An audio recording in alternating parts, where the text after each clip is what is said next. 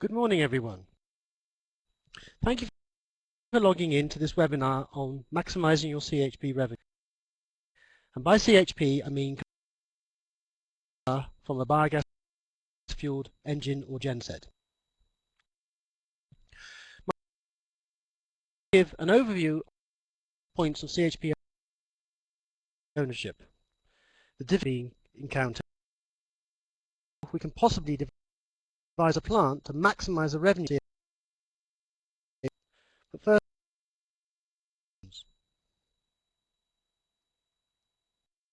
my name's Ian Farr, and my colleague helping is David Millett. We both work for Edina, who are the engine distributor for the UK. First, me. I've had my career in a variety of jobs over the last 30 years, and all have involved anaerobic digestion in some shape and form. 30 years ago, my first job after college was with the Water Research Centre, commissioning a sewage sludge digester and pasteurisation unit at Catterick Garrison. 20 years ago, I was with the ETSU, Energy Technology Support Unit, based at Harwell, research and development of anaerobic digestion of municipal. And a little bit about Edina. Edina, Southern Ireland, nearly 30 years ago, and was actually the Yembacher distributor at that time. In 2006, in order to expand, it became the MWM distributor for the UK and Ireland. In 2008, developed its container manufacturing facility in Lisbon, Belfast.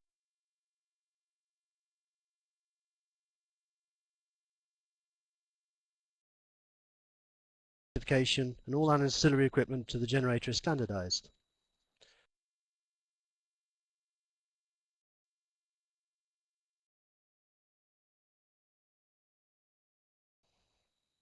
Anaerobic digestion plants come in many shapes and sizes, from small farm manure and agri-crop plants,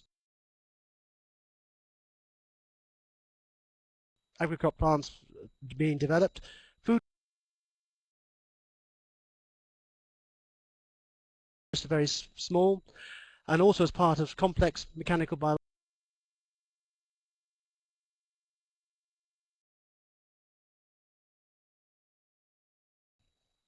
For all of them,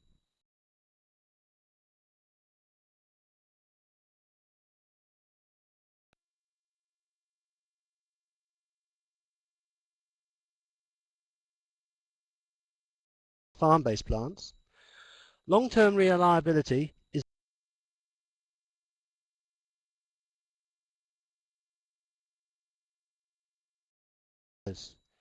not an item you can chop after 3 years because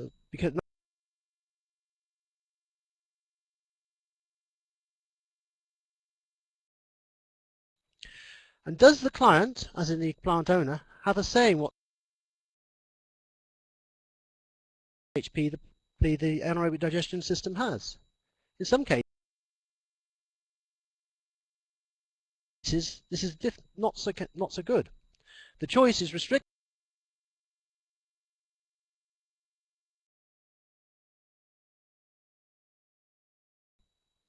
And finally, I would say gas engines are not diesel sets.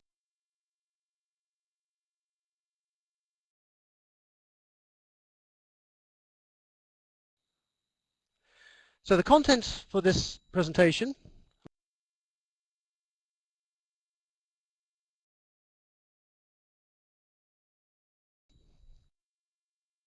Then, whether you put it in a container or a building, some regulations, maintenance, and then finally power sales incentive. So on to CHP Selection.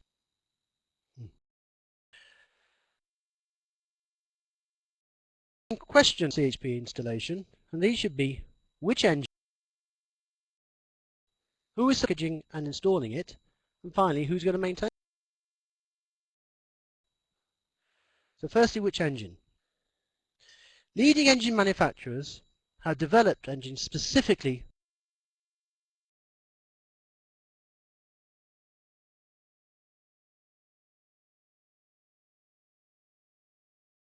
for stability. Hence, the efficiency should be greater than 41%.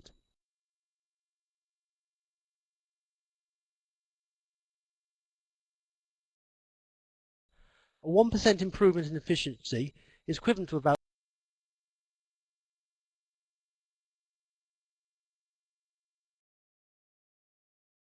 12 acres less maize to grow to put into the plant, or kilowatts extra power, which would be worth about £15,000 a year.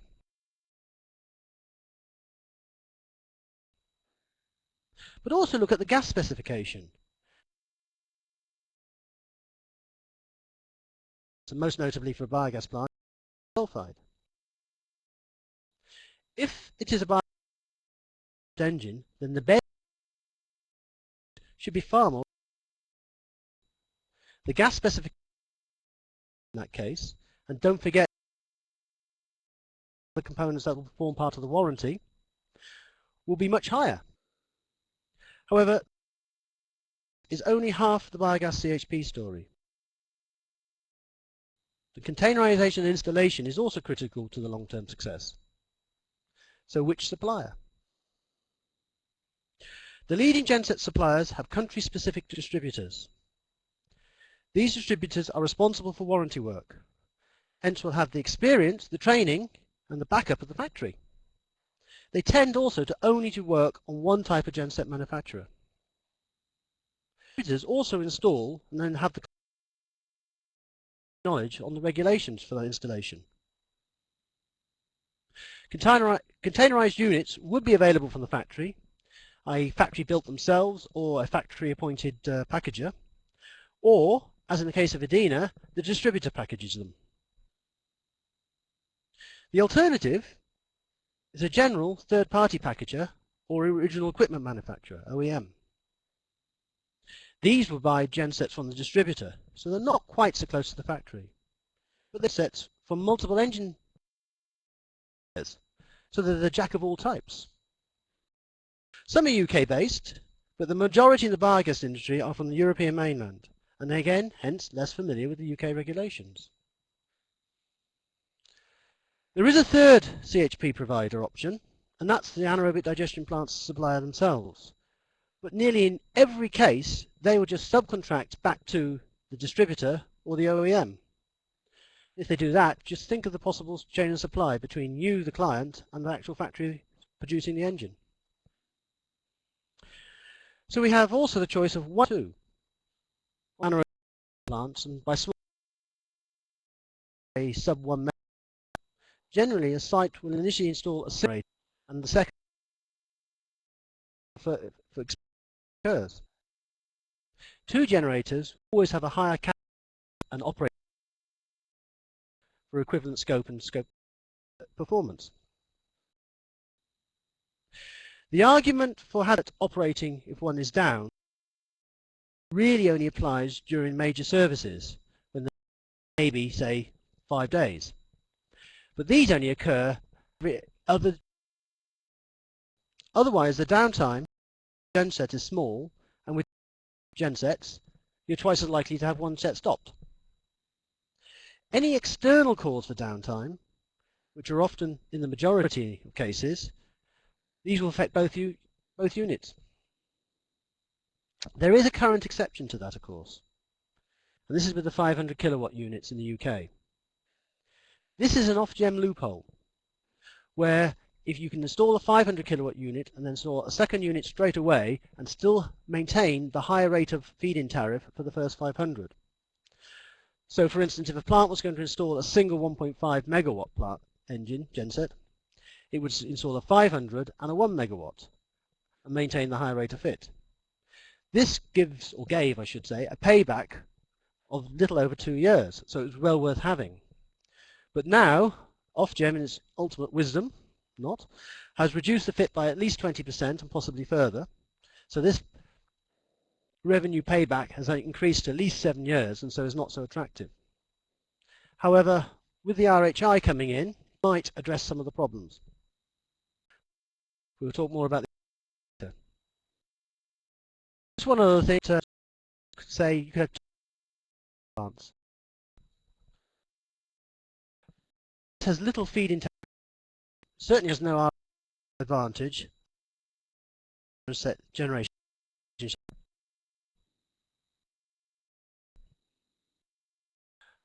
So do you have a or a building?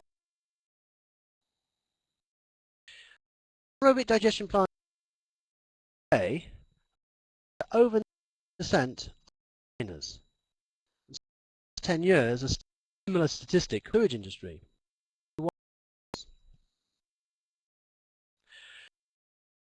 Gensets were larger to go into buildings, and this happened in industry 2030.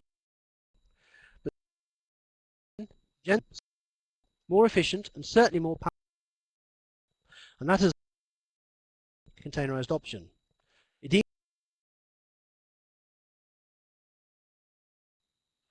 So a container has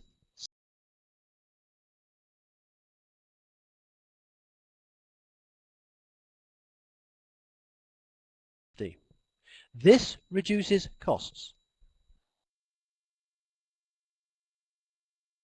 Outside, so there's often extended pipe and certainly a more complicated exhaust stack through the roof. And an existing building usually makes a container is classed as a port, and the standard design gives much easier maintenance.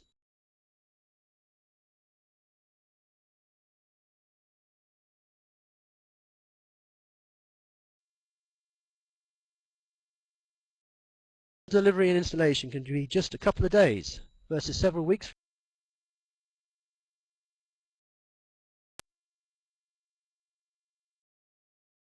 Encourages the reduction of on-site construction by design.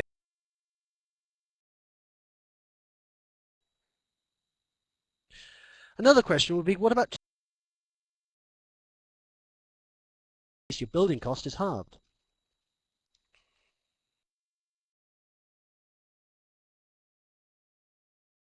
There are several reasons for this: health and safety, and noise protection for the operators and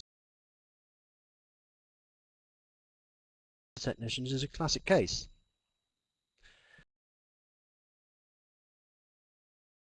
While one engine is operating and the other is serviced will be with a major service when the set's down for the 5 days.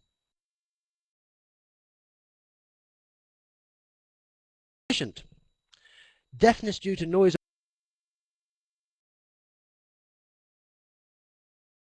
Ambulance chasers that are specifically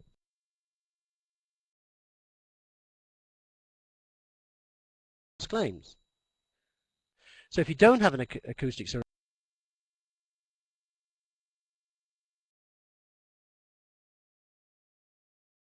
that just wouldn't be acceptable.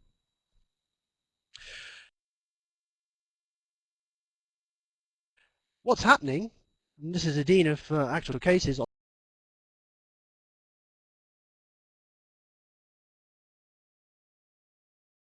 digestion plants in the sewage industry, is that we're now installing the containers in the buildings.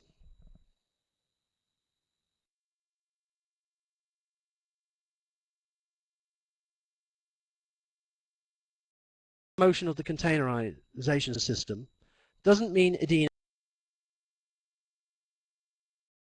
is not flexible in its attitude and cannot think outside the box.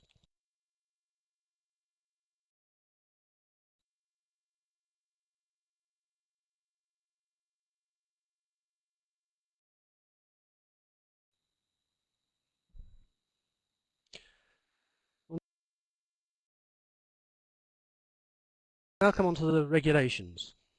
The principle of this is CD. CDM. Any construction which includes an anaerobic digestion plant, whether large or small, will fall under construction design.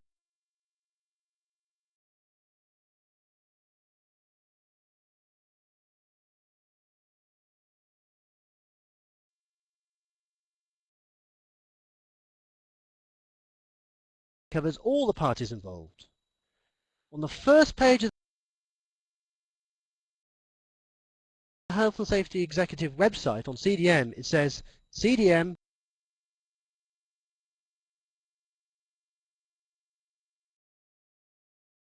construction work, and those with legal duties are commonly known as duty holders.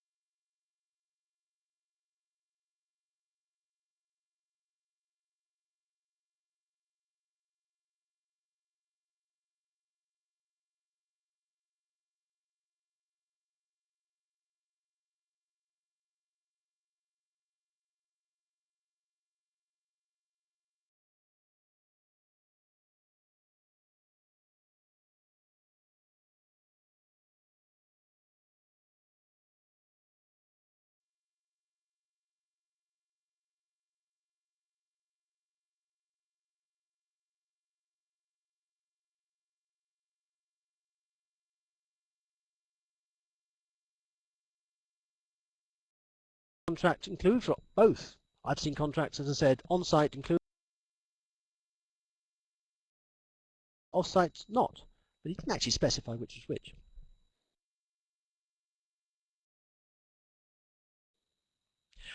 So coming back to the unscheduled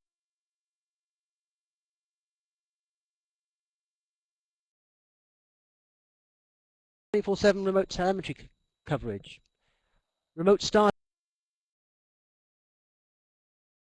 of the genset when it stops, call-outs 24/7.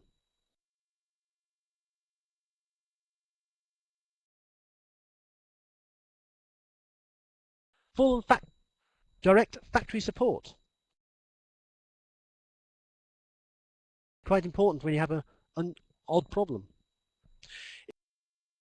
Only by having as much support as is available that the uptime and hence the revenue will be maximized.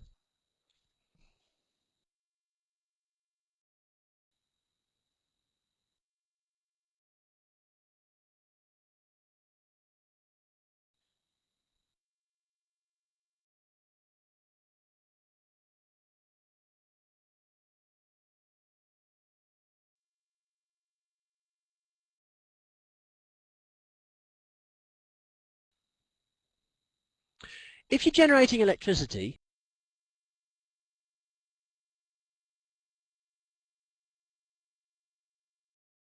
this is an agreement to buy the power the plant exports to the grid.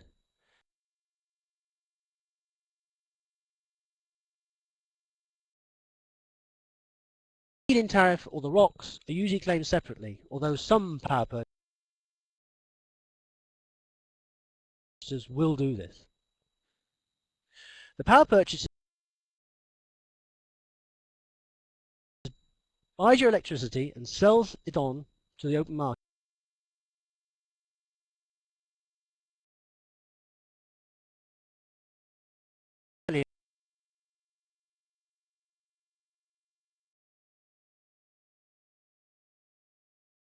In the middle of the night in summer, the power could be worth almost nothing.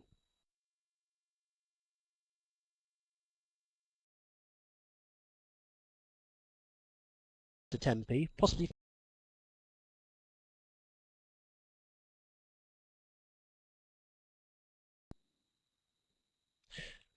Yeah. This slide provided by GEM, which is a power purchase company, just shows an average of how it varies across the day.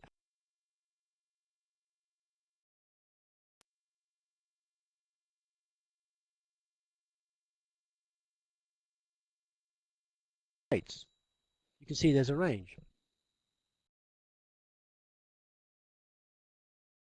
Another part of the power supply, which is quite complicated, these are periodic payments paid by the grid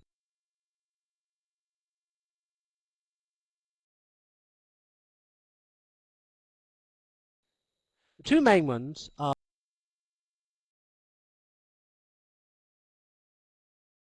GDUOS, Generation Distribution Use of System.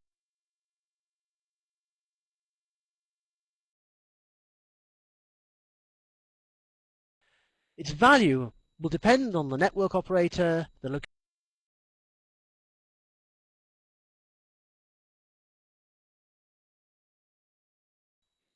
GDUOS is calculated each year and passed on through as part of the connection agreement. And it's worth about £25,000 per megawatt, but it can be variable. Triads, the other main one, is a peak load management system for the grid, and it's part of the transmission network use of system charges, TNUS.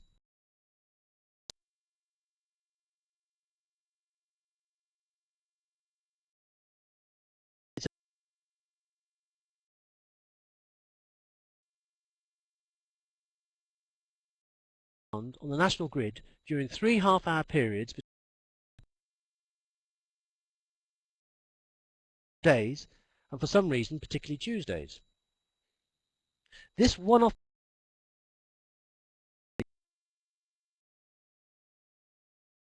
3 half hours. Hence it is very important to be generated issued.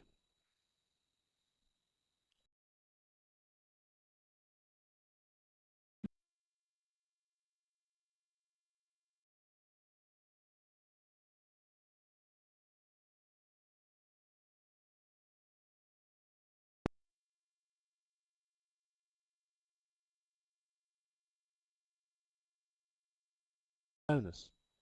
That's quite a lot. But how does this help? A basic power purchase agreement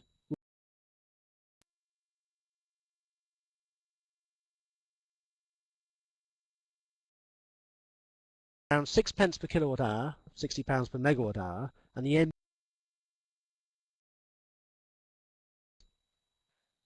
But the one big advantage of anaerobic digestion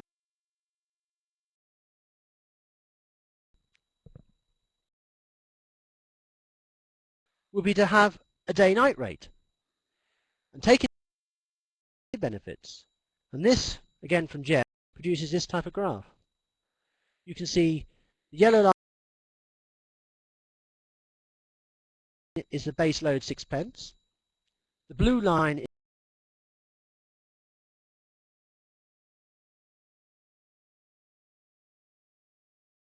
the day-night rate and taking the embedded benefits in place.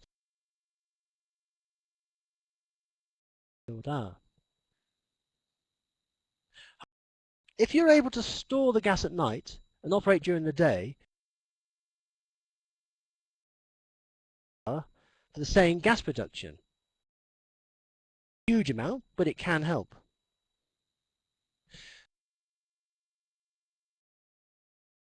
Produce 24 megawatt hours per day base load for the brown power. Additional. If the gas is stored for megawatt generator to produce 24 megawatt hours over the 24-hour period,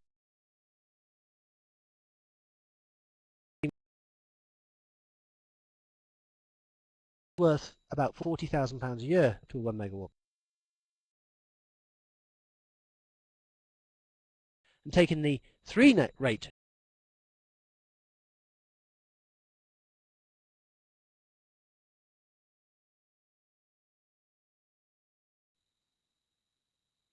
and more revenue could be made.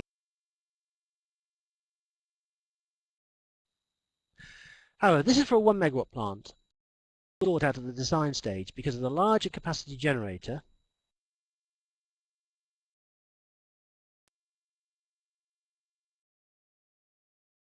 baseload plant and installed a 250 kilowatt genset. You get the same output at the end of the day in terms of megawatt hours. Still have the revenue increase over base load of about 13%, and that would be worth about £10,000 a year to the plant. 250 kilowatt genset unit would be more efficient typically. One other thought is to have a short-term operating. If you took a 500 kilowatt baseload plant,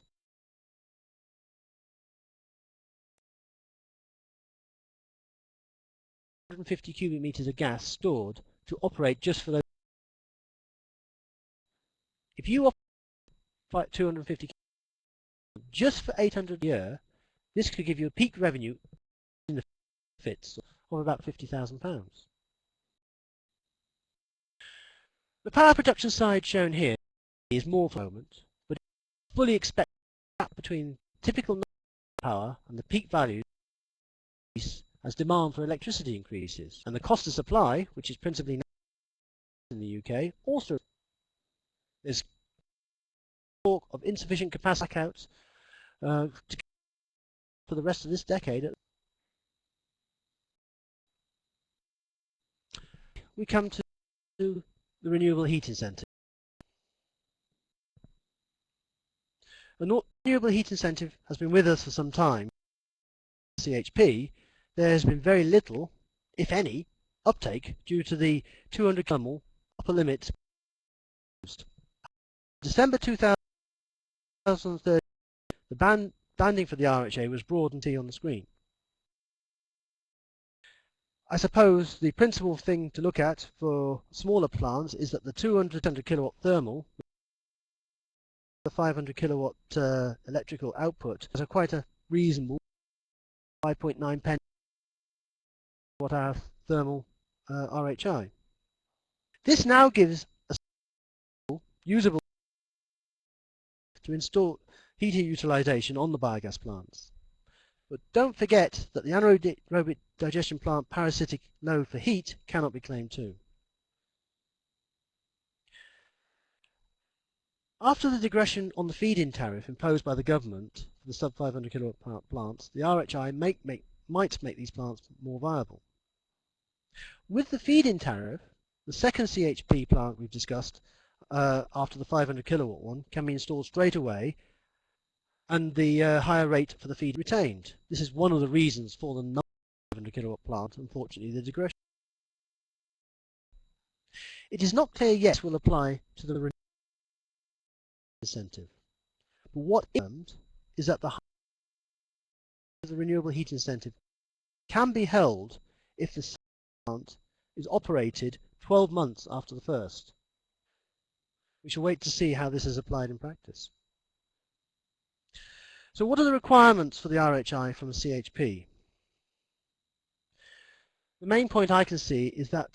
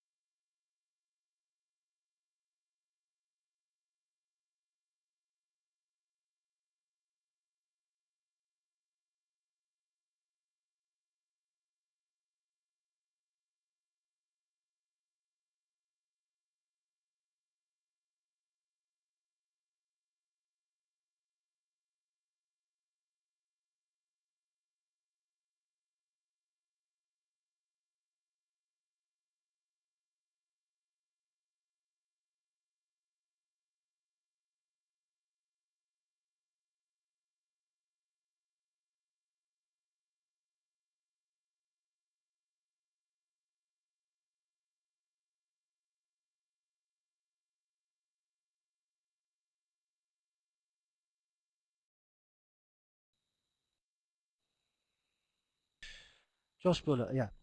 Triads, I did say they're complicated. Triads are through over the winter when the actual national grid is at its utmost peak of power output. So when your period half hour comes up, if you're generating, I don't know, and you're generating next triad half hour period, it's triads because there's 3 half-hour periods of taken, and say you're generating 1 megawatts at the third half-hour period, the triad payment will be based on the average plus 1 plus 1.2. And that will be a single one-off per year, and it's roughly worth about £1,000 per megawatt power export. If you have any more specific questions on the triads, basically please contact me later, I guess.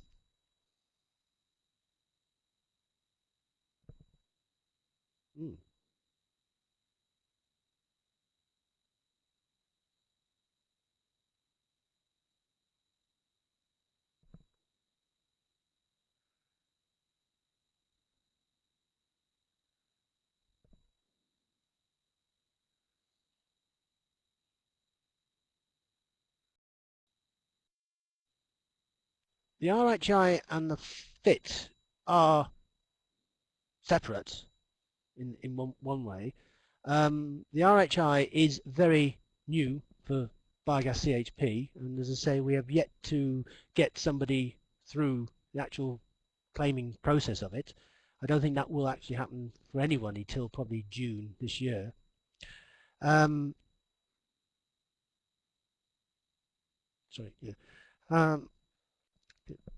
RHI. Yeah, and as I say, you will need at least a heat meter inside the container to measure the gross output. That's definitely required, and that really should come when the CHP is installed. Then obviously wherever you're using your heat, you can then have to have a meter to use that. And people are talking about digestate dryers and obviously heating houses and things like that.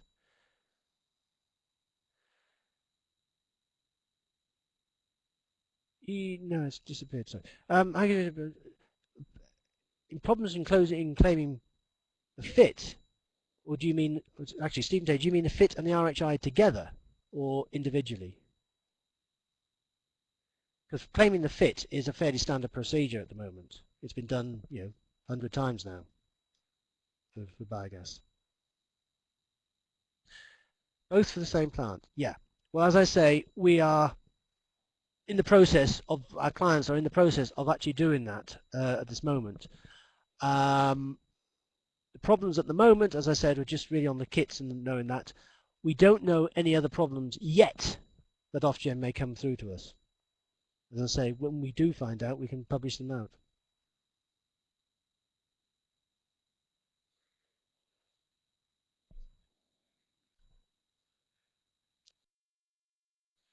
Yeah, turn down on any CHP is actually 50% of output. So 1 megawatt, 500 kilo. Can you not just use the CHP rather than the heat meter?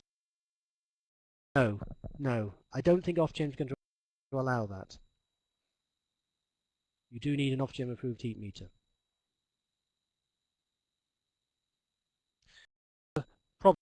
Problems with the thermal rating of the CHP with the exhaust gas heat recovery, if you think about it, because the exhaust gas heat recovery can be sized to have a different exhaust temperature. For biogas, we would take it down to, say, 180 degrees C. On natural gas, we take it down to 120 degrees C. Hence, on natural gas, we'd actually recover more heat.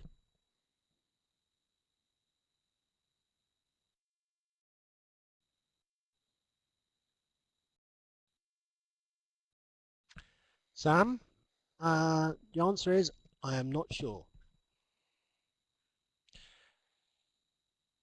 If you're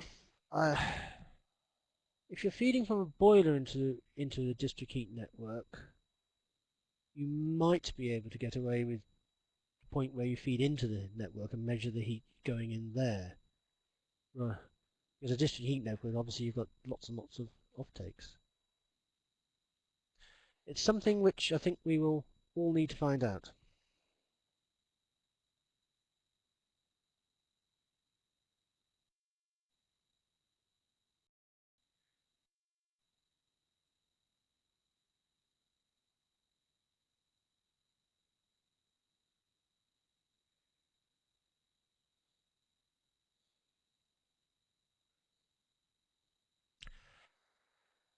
My general feeling is that CFD is for much larger plants. Hence, at this moment in time, my personal, I have to say this is personal, is I would stick with the RO. Unless your plant is massive. And by massive I mean 5 megawatts upwards.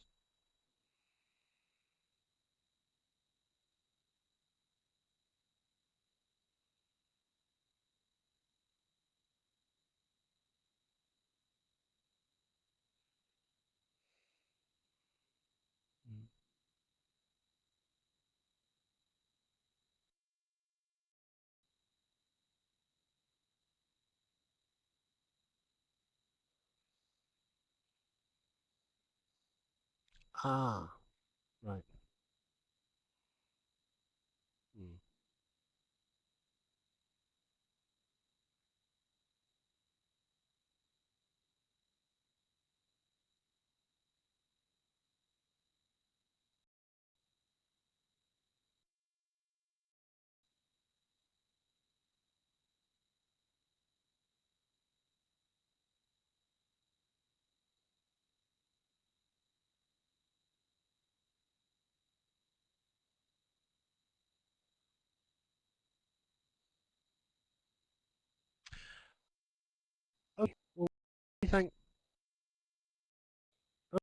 So Sam Fenwick, you gave a rough figure for triads of £30,000 per megawatt. Do you have a similar one for store? Store is a very different thing to the triads. Edina is actually doing store plants, but it's not something that I would have thought a biogas plant could get with. Store short-term operating regime. I have no idea what the store figures are because they're separate contracts. You know, a store plant would only run for about 200 hours a year, max.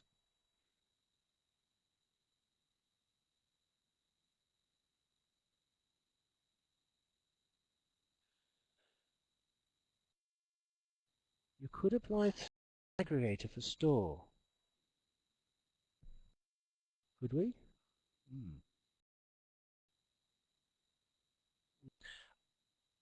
Yeah, as David said, we don't actually operate the plants. We will install them, so you really perhaps need to talk to a store operator for that. Something to think about.